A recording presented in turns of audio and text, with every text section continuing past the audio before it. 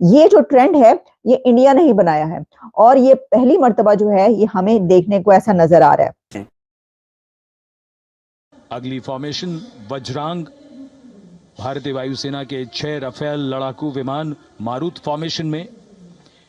ये दृश्य कॉकपिट से। फॉर्मेशन की कमान संभाली है ग्रुप कैप्टन अभिषेक त्रिपाठी ने, उनके साथ wing commander Chaitanya. And modern technology, modern day equipments of the warfare have to come in. अगर आप राफेल की बात करें, राफेल के जो डील है बहुत बड़ी है, आप इसको अमेरिका और तो जो यंगस्टर्स हैं, टीनेजर्स हैं, उनको देखकर क्या सीख? इंडिया की तरफ से हमें एक नई चीज ये देखने को मिल रही है कि उन्होंने अब ये एक ट्रेंड बना लिया है कि दुनिया का बड़े से बड़ा लीडर वहां पर पहुंचता है और वो उसको लेकर रोड पर निकलते हैं।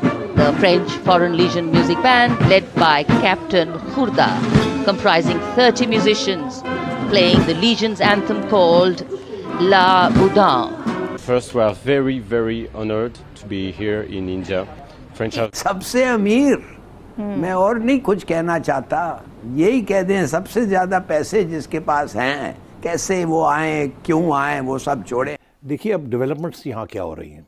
सबसे पहले अजीत डोवल साहब जो कि उनके नेशनल सिक्योरिटी एडवाइज़र हैं, उन्होंने तो ओपनली कह दिया है कि हम पाकिस्तान को नहीं छोड़ेंगे। तरफ जा रहे हैं।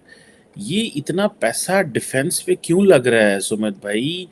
चाइना का खतरा है, इंडिया को ज़रूरत है, या कि आप समझते हैं कि इंडिया का रीजनल पावर या वो जो स्टेटस और आज़ाद कश्मीर जो हमारा है उसको भी हम वापस हिंदुस्तान में हज़ब कर लेंगे। ये उनका ओपन स्टेटमेंट है। बन जाएं तो लोग उनको फॉलो करेंगे। हमारे एंड सबसे बढ़ के जो बात है, जो चीज़ और मज़ीद समझने वाली है, वो बड़ी सिग्निफिकेंट है, ठीक है जी।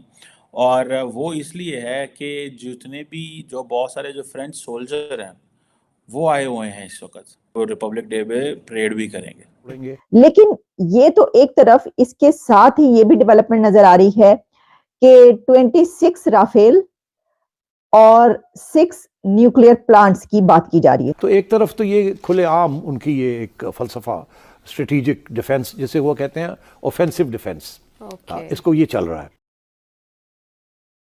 नमस्कार दोस्तों, आज से 10 दिन पहले यूएई के शेख जो भारत आए थे, उनका जो स्वागत है बहुत ही भव्य रूप से किया गया था। उनके लिए रोड शो, रैलियां निकाली गई थी और उनके ऊपर फूल भी बरसाए गए थे, जिसके लिए वो बहुत ही ज़्यादा खुश हुए थे और भारत का बहुत ज़्यादा उन्होंने शुक्रिया अदा किया था। और वही रिपब्लिक डे पर भारत के फ्रेंच के जो प्राइम मिनिस्टर हैं वो भी भारत आए और उनके लिए भी सेम बहुत ज़्यादा रैलियां निकाल गई, उनका भी भव्य स्वागत किया गया, उनके ऊपर फूल बरसाए गए, जिसको लेके वो बहुत ही ज़्यादा खुश हुए। उन्होंने बहुत ही ज़्यादा धन्यवाद प्रकट किया। और साथ ही जो फ्रेंच के जो प्राइम मिनिस्टर आए थे वो अकेले नहीं आए थे, उनके साथ उनकी आर्मी की जो टुकड़ियां हैं वो भी आई थी, जो कि सैन्य जो बल था देखने के लिए आए थे, उनका निरीक्षण करने आए थे भारत का, जो कि वो देखकर बहुत ही ज़्यादा खुश हुए। उन्हें बहुत ही ज़्यादा अच्छा लगा भारत आकर और उनके लिए बड़े बड़े रोड शो करवाए गए, रैलियां निकाली गई, उन्होंने परेड भी देखी, भारत की सारी रैलियां देखी बैठ के, जो कि उन्हें बहुत ज़्यादा अच्छा लगा। लेकिन वही जहां उनको बहुत ज़्यादा अच्छा लगा, वहीं पाकिस्तान को ये सब चीज़ें बहुत ज़्यादा डिस्टर्ब कर गई कि भारत इतना ज़्यादा क्यों बढ़ रहा है, इतना अच्छा क्यों कर रहा है। वो बहुत ही ज़्यादा दुखी हैं इस बात से। तो चलो देखते क्या रिएक्शन है पाक मीडिया का इस पर और चलते हैं पाक मीडिया की ओर। लेकिन ये तो एक तरफ, इसके साथ ही ये भी डेवलपमेंट नजर आ रही है कि 26 राफेल और 6 न्यूक्लियर प्लांट्स की बात की जा रही है। तो आइए जरा इसको डिस्कस किए लेते हैं कि ये जो एक बड़ा दिन इंडिया का और इस पर प्रेसिडेंट मैक्रोन मौजूद हैं इंडिया में, उसमें क्या क्या सूरत हाल सामने है। सबसे पहले तो जिस वक्त प्रेसिडेंट मैक्रोन इंडिया पहुंचे तो जयपुर में उनका जैसा इस्तकबाल किया गया, जैसा उनको वेलकम किया गया, मैं समझती हूँ कि बहुत ही कम ऐसा हमें देखने को मिलता है, इंडिया में देखने को मिलता है।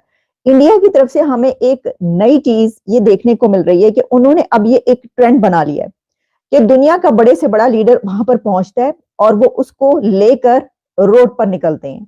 एक रोड शो किया जाता है भारत के वजीर आजम नरेंद्र मोदी साहब के साथ। हर दुनिया का बड़ा लीडर जीप पर खड़ा होता है और जीप पर वो निकलते हैं अपने रोड पर। रोड के दोनों अतराफ उनकी आवाम होती है और उनके ऊपर फूलों की पत्तियां निछावर की जा रही होती हैं और उनके हक में स्लोगन्स सुनने को उस वक्त मिल रहे होते हैं। और इसके अलावा हम देखते हैं कि वो उस रोड शो में एक ऐसा भारत का कल्चर और वहां की रिप्रेजेंटेशन नजर आती है कि जिसको पूरी दुनिया देखे। तो देखें, क्या ये एक बड़ी बात है? इसकी वजह ये है कि दुनिया के बड़े लीडर्स इस तरीके से भारत की सड़कों पर जीप में सफर करते हुए उनके वजीर आजम के साथ नजर आए, तो ये कोई छोटी बात नहीं है, ये बहुत बड़ी बात है। और हमने देखा कि इससे पहले जब पहुंचे थे यूएई के जो लीडर हैं वहां के हेड, तो वहां पर भी हमने ये देखा कि इसी तरीके से भारत के वजीर आजम नरेंद्र मोदी उनके साथ भी गले मिलते हुए रोड शो करते हुए, और रोड पर जीप में जब निकलते हैं तो दोनों तरफ से लोग अवाम सड़क पर मौजूद होते हैं, फूलों की पत्तियां निछावर हो रही होती हैं। ये जो ट्रेंड है ये इंडिया ने ही बनाया है और ये पहली मर्तबा जो है ये हमें देखने को ऐसा नजर आ रहा है। क्योंकि अच्छा, इससे क्या, इससे ऐसा लगता है कि उनके जो वो रिलेशन बना रहे हैं ना कंट्रीज के साथ और लीडर्स को, तो वो सिर्फ इस हद तक नहीं कि वो आ रहे हैं तो बायलैटरल रिलेशंस हो रहे हैं और डील हो रही है, नहीं, वो उनको अपने अवाम तक ले गए, अपने लोगों तक ले गए, वो इतने गहरे टाइज कर रहे हैं। अच्छा, जैसा मैंने आपको कहा कि इससे पहले कि हम रिपब्लिक डे की और बात करें, मैं आपको कुछ ऐसी बातें भी बताऊंगी शायद आपको इससे पहले ना पता हो, शायद पता भी हो, कुछ बड़ी ऐसे पॉइंट्स भी हैं। लेकिन सबसे पहले तो उस डील की बात करते हैं कि ये कहा जा रहा है कि इसमें जब जयपुर पहुंचे हैं प्रेसिडेंट मैक्रोन, तो उनको हाथों हाथ लिया गया और वजीर आजम मोदी ने उनके साथ कई जगहों पर उनको लेकर गए, जहां पे के 17 सेंचुरी का एक फोर्ट है वहां पर वो लेकर गए। और इसके अलावा उनकी मीटिंग भी हुई है और मीटिंग में ये बात कही जा रही है कि बहुत ही अहम पॉइंट्स डिस्कस हुए हैं, जिसमें 26 फ्रेंच राफेल फाइटर एयरक्राफ्ट की डील की भी बात की गई है। तो आप समझ सकते हैं कि ये जो प्रेसिडेंट मैक्रोन इंडिया पहुंचे हुए हैं वो चीफ गेस्ट तो हैं ही, रिपब्लिक डे पर हमेशा होते हैं। इससे पहले अल-सीसी भी थे और भी हर रिपब्लिक डे पर उनका दुनिया का कोई ना कोई बड़ा प्राइम मिनिस्टर, प्रेसिडेंट, कोई ना कोई लीडर उनका चीफ गेस्ट होता है। ये तो कोई नई बात नहीं, ये तो उनकी एक उन्होंने बना लिया अपना तरीकाकार। ये इतना पैसा डिफेंस पे क्यों लग रहा है सुमित भाई? चाइना का खतरा है, इंडिया को जरूरत है, या कि आप समझते हैं कि इंडिया का रीजनल पावर या वो जो स्टेटस हाई करने के लिए ये डिफेंस पे पैसा लगाना बहुत ज्यादा जरूरी हो चुका होगा? कैसे समझते हैं आप? देखिए चीमा साहब, शो पे बुलाने के लिए धन्यवाद। नेशनल सिक्योरिटी के लिए, राष्ट्र सुरक्षा के लिए जो भी उपयुक्त होगा, जो भी अप्रोप्रिएट होगा वो किया जाएगा। और देखिए, जब आपकी कंट्री डेवलप हो रही है, आप सुपर पावर इन मेकिंग,